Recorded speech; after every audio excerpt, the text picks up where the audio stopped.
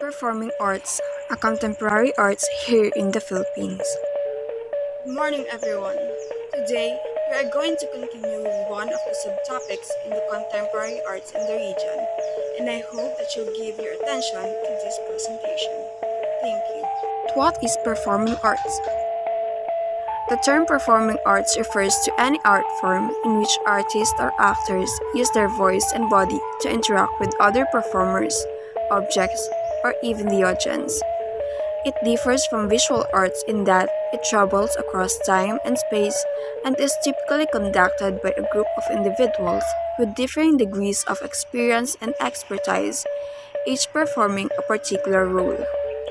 Examples of performing arts are films, dance, and music. For film, analyzing and appreciating film and theater requires understanding its visual, dramatic, and literary components. In dance, looking into knowledge of choreography, technical skills, performance skills, or rhythm and tempo is necessary. And to music, it focuses on form, context, and expression.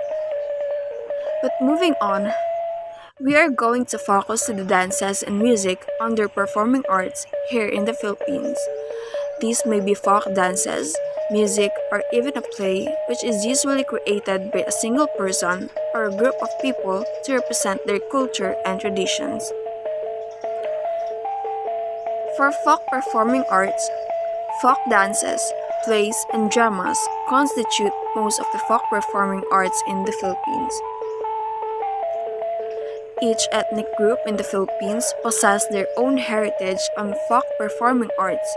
However, Filipino folk performing arts also includes Spanish and American influences because of the country's historical narratives. Some dances in the Philippines, the folk dances, are also related to dances of the neighboring countries, which are the Austronesians and Asians. Some notable examples of folk dances here in the Philippines will be shown in this slide. Tinikling, Pangalay, the Singkil Royal Dance, Lumad Courtship Dance, the Sinakulo in Bulacan, at ang Maglalatik. Next, as you can hear, there is a music playing in the background. It is one of the numerous traditional folk music usually used in performance art, which also serves as an example for this presentation. Traditional Filipino music is reflective of the country's history as a melting pot of different cultures. Among the dominant cultural strains, noticeable today are Hispanic, American, and to some extent, Chinese, Indian, and Islamic. However, it is difficult to strictly classify the whole corpus of Philippine music as either Western or Eastern. Moving on, this traditional Filipino music can be categorized into two, one as a vocal music and two as a dance music. The traditional music of the Philippines, like the folk music of other countries, reflects the life of common, mostly rural Filipinos. Like their counterparts in Asia, many traditional songs from the Philippines have a strong connection with nature. However, much of it employs the diatonic scale rather than the more Asian pentatonic scale, with the exception of indigenous people, ritual music. And that is all for this subtopic. I thank you for listening. Makulay. Ganyan mailalarawan ang tinaguriang perlas ng silangan, mayaman sa likas na yaman at hitik sa kultura at tradisyon. Ating tunghayan at tuklasin ang masining na panitikan ng Pilipinas. This is the Philippine Literature. Bago pa man sakupin ng mga dayuhan na ang Pilipinas, ay hindi maikakailang mayroon ng literatura sa ating bansa, gaya ng mga dula.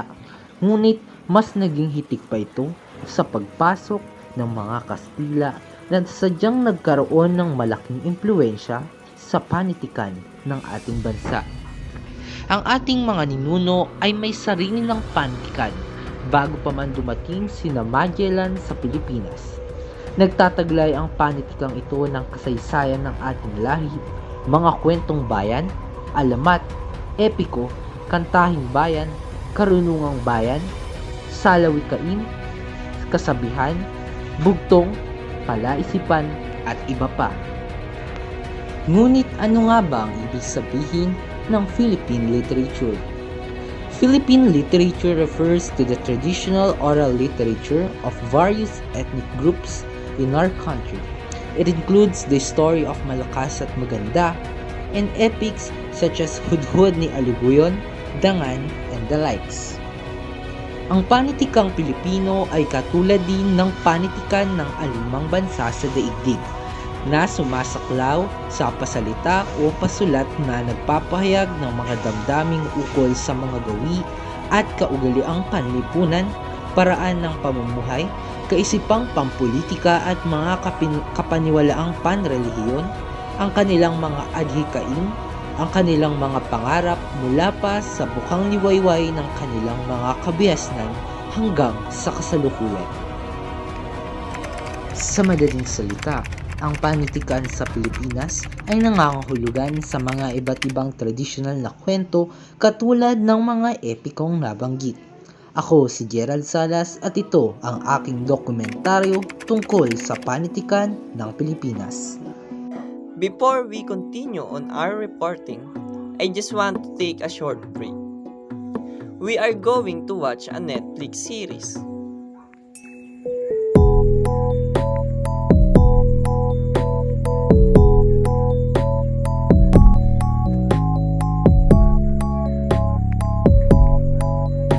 What is graphic arts? Graphic arts is a traditional category of fine arts. It is commonly a two-dimensional arts produced on a flat surface. Usually, the design in graphic arts includes typography. The selection of designs should be organized. This may involve in and concerned with the determination of appearance of the art.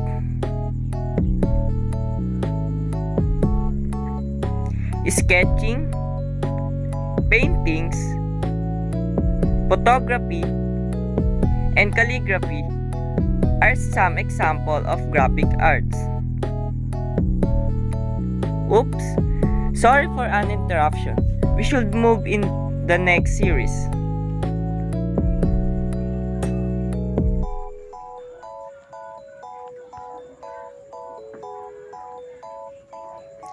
What is plastic arts? Plastic arts derive from the word plasticize, meaning to mold.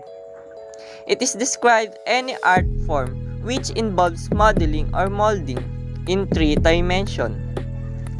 It is involved physical manipulation, such as sculpture or ceramic. Less often, the terms may be used broadly for all the visual arts, as approved to literature and music. Before the short break ends, I just want to leave you a figurative quote. We don't make mistake, just happy little accident. From Bob Ross.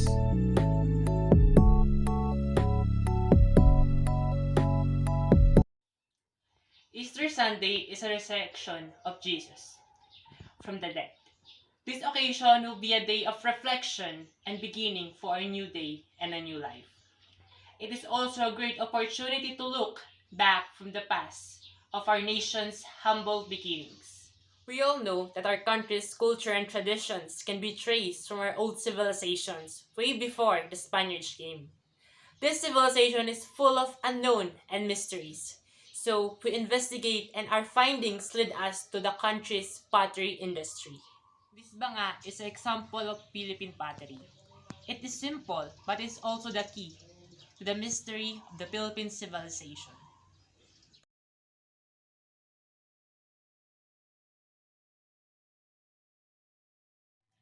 Now, let's look with the interview of the palayok maker, Pesi Dungo.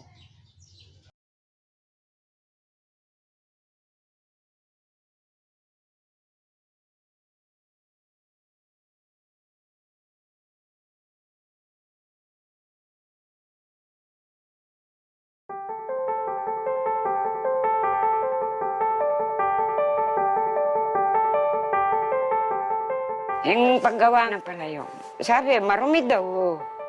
Marumi. Malinis ang lupa. Nasa tao na lang yung kung magdudumis yun. Madumi lang sa damit, madumi lang sa katawan ng tao. Pero hindi naman madumi sa kalooban ng tao. Marangal na trabaho. Marangal na marumi, aka nga. Dahil putik. Ako si Tessie Dungo, 65 years old. Gumagawa ng palayok sa Kalumpit, Bulacan.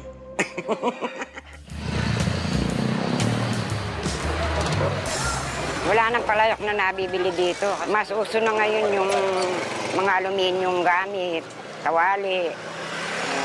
Kaya yung nabaliwala ng palayok. Nakagisnan ko na yung paggawa ng palayok. Yung aming baryo, Gatbuka, may katabing ilog, yan, nakagisnan ko rin yan.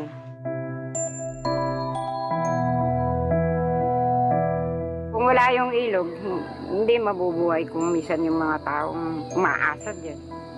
Isa na ako doon.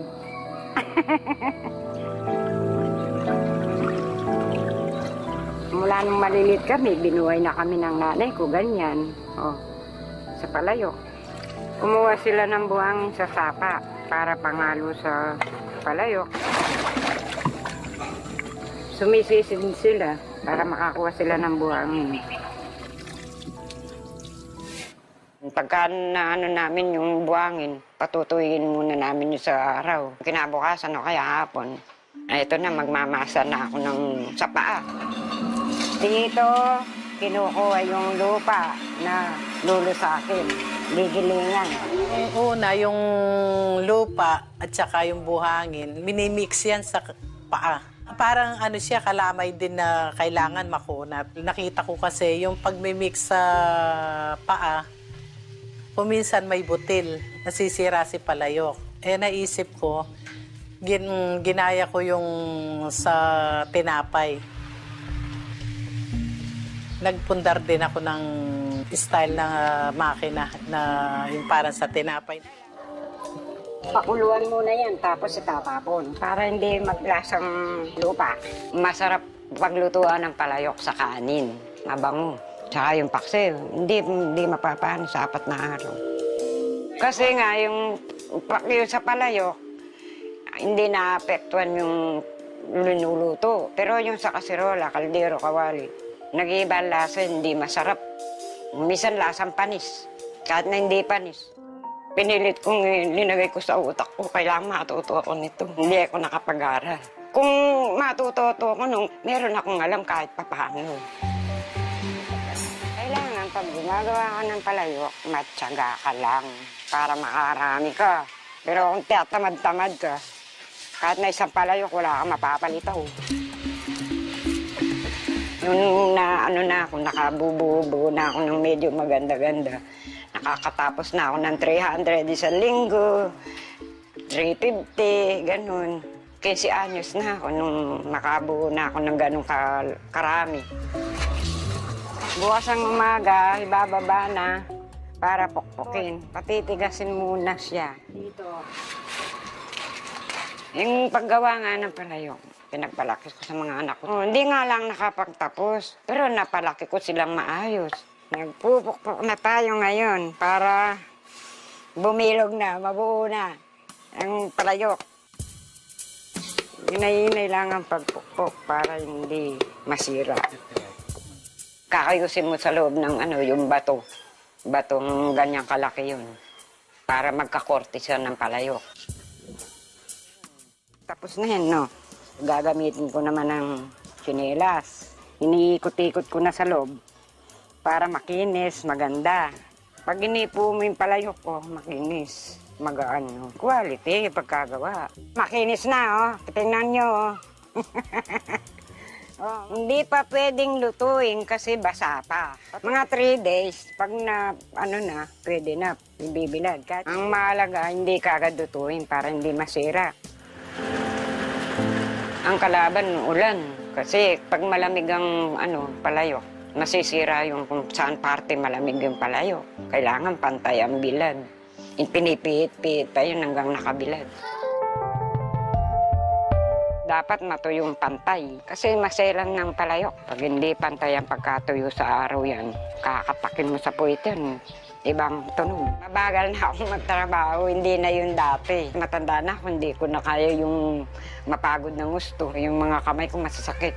Nangapasma yung mga kamay ko, tsaka pa dahil ngayon, ang nararamdaman ko ngayon, manhid, masakit, kumikirot. Merong isang bagay na hindi nagbago, yung quality. Quality pa rin yung gawa ko. Hindi ko mabibitawan kung pangit-pangit yung mga gawa ko. Hawak mo na kailangan gandaan mo na.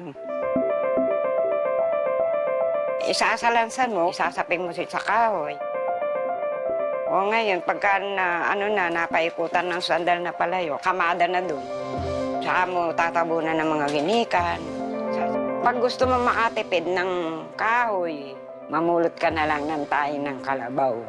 Mas mabango pa ang luto. Ginagawa namin kahoy yun pag wala kaming kahoy na pambili. Tapos susunugin mo na. Pagka may manipis yung ginikan na linagay mo dun, tatapalan mo pa ng ginikan yun. Kasabay kang naluluto ng palayo. Nung panahon na pidring, lumaki ang tubig. Ang mga tao dito nabigla. Malakas ang agos. Yung linuluto namin nun, 1,000 palayok po. Doon pumunta yung agos ng tubig, yung ulan. Dinaanan yun sa ilalim ng linuluto namin. Para akong namatayan na umupo na lang ako doon sa tabi ng tibaang tinitiba. Linuluto. Nagngangawa ako doon. Biro ang karay kong nalusaw lahat, wala akong nakuha. Nawala, siyempre iiyak ako. Susubo mo na lang yun, malulusaw pa, masisira pa. O anong pagbibenta mo, wala. Nasira. Mahigit 3,000 yun, pesos. Pagka malulam, huwag kang magluluto dahil masisira lang. Walang pakikinabangan. Ito, luto na, maganda. Perfect. Quality.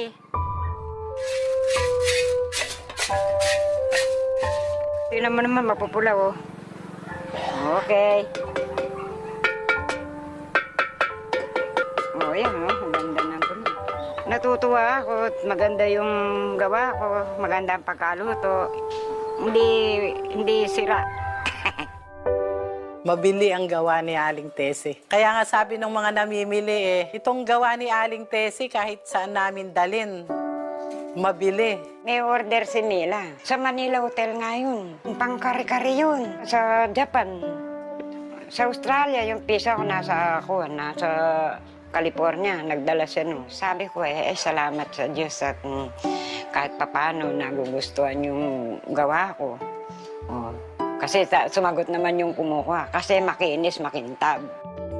Siguro po, isa akong alamat sa kanila dahil makinis ang gawa ko. Magaan. Gusto ko quality talaga. Yung hindi pipintasan yung mga gawa ko. Pangit na nga ako, pangit ang gawa ko, di wala na akong katangian. Kahit man lang sa gawa, bumabawi ako. Native Filipinos created pottery since 3,500 years ago. Palayok is one example of it. These potteries serves as secondary burial jars to be held in the deceased. Some of these were decorated with anthropomorphic designs. The best example of these burial jars are the Philippine National Treasures manunggul jars and the My Tomb anthropomorphic jars.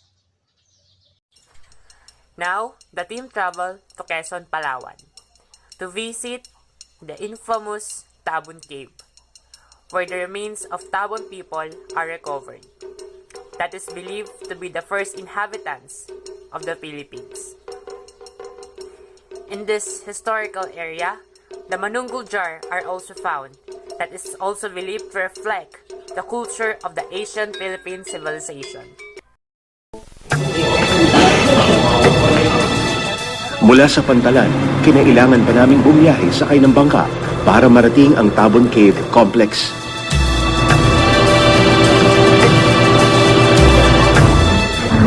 Yan ang mouth ng Tabon Cave. Binubuo ng mahigit 200 kuweba ang Tabon Cave Complex, pero 7 lamang dito ang bukas para sa publiko.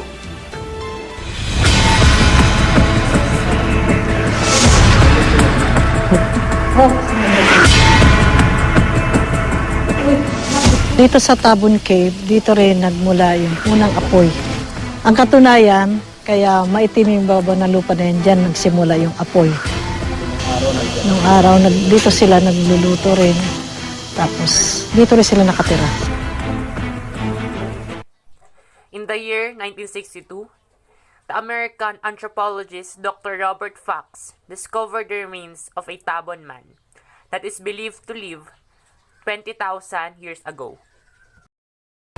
Ang napili nilang tinirahan yung Tabon Cave dahil that is the perfect place for them, yung dwelling place nila because of the perfect moonlight during nighttime and the perfect sunlight during daytime. At malapit sa dagat. Pag gusto nilang bumaba para kumuha lang ng kanilang pagkain, pwede silang bumaba doon.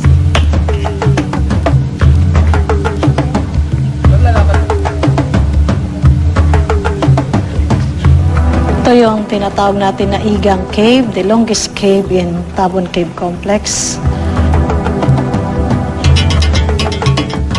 So nakikita natin yung iba't ibang klase ng stalactite.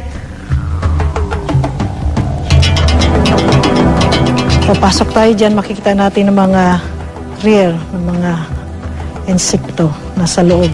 And tarantula, mga scorpion na iba't ibang klase.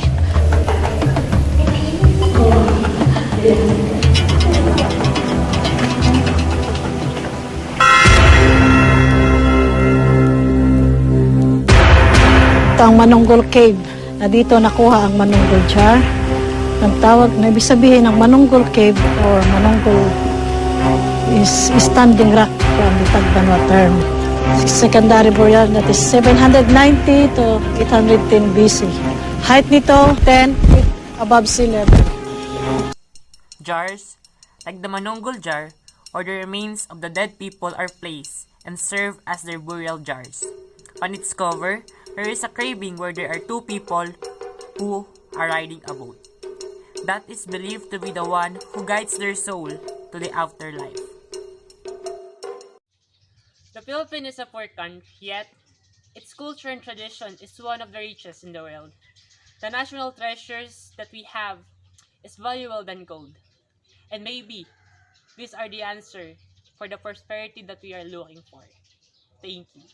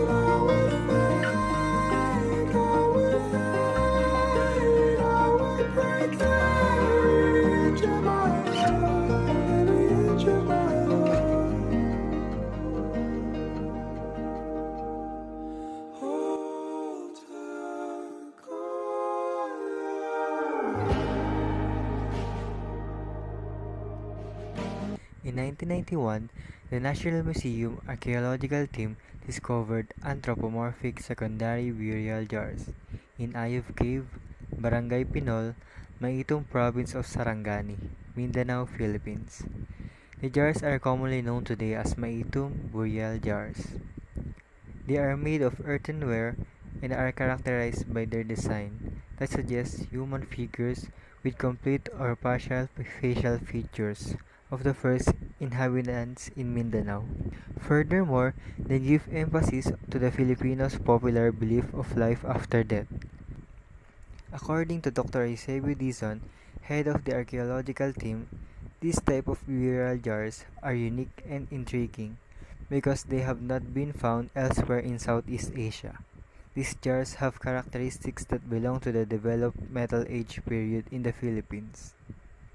The information about potteries bearing human forms encountered while treasure hunting for Pacific War treasures was shared through a phone call on June 3, 1991, between a consulting geologist named Michael Spadafora and an archaeologist named Dr. Eusebio Dizon. 3 days after the archaeologists received photographs of exceptional artifacts called by local residents. The artifacts have high probability of significance not only to the history of Maguindanao, but also to the entire Philippine prehistory. That's why, when they found a sponsor for the trip, Dr. Dizon, in Mindanao, he still went, despite the unpredictable climatic conditions and security risks. Maitom Archaeological Project Team's National Museum officially began on June 6, November 1991.